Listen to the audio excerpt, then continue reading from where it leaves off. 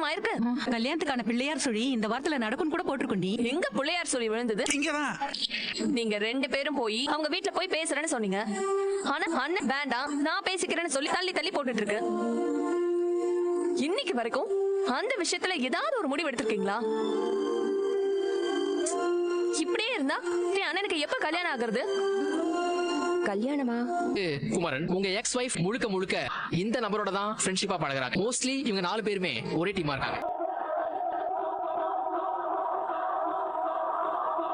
இப்ப குமரனோட ஃபேமிலி பத்தி சொல்றேன்.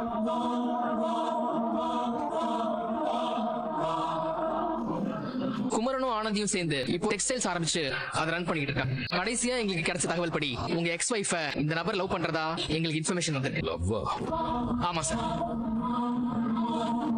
லாஸ்ட் வீக் இவர் உங்க எக்ஸ் வைஃப் கிட்ட ப்ரப்போஸ் பண்ணிருப்பாருன்னு நினைக்கிறேன். ஆனா அதை அவங்க ரிஜெக்ட் பண்ணிட்டாங்க. நீங்க தான் விளம்பரத்துல நடிக்க போறீங்கிறதும் அவர்கிட்ட சொல்ல போறேன். சார் வேணாம் சார். கடையில இருக்கிற எல்லாரும் ஃபோர்ஸ் பண்ணீங்களேன்னு தான் நான் அந்த நேரத்துல சரின்னு சொன்னேன். ஆனா அது மட்டும் வேணாமே சார். எனக்கு ஒரு மாதிரி தயக்கமாவே இருக்கு. நாம வேணா வேற யாராவது மாடலை வச்சு பண்ணலாமே சார். அதெல்லாம் எதுவும் முடியாதுடி. நம்ம கடை விளம்பரத்துல நீ தான் நடிக்கிற. நாங்க எல்லாருமே முடிவு பண்ணிட்டோம்.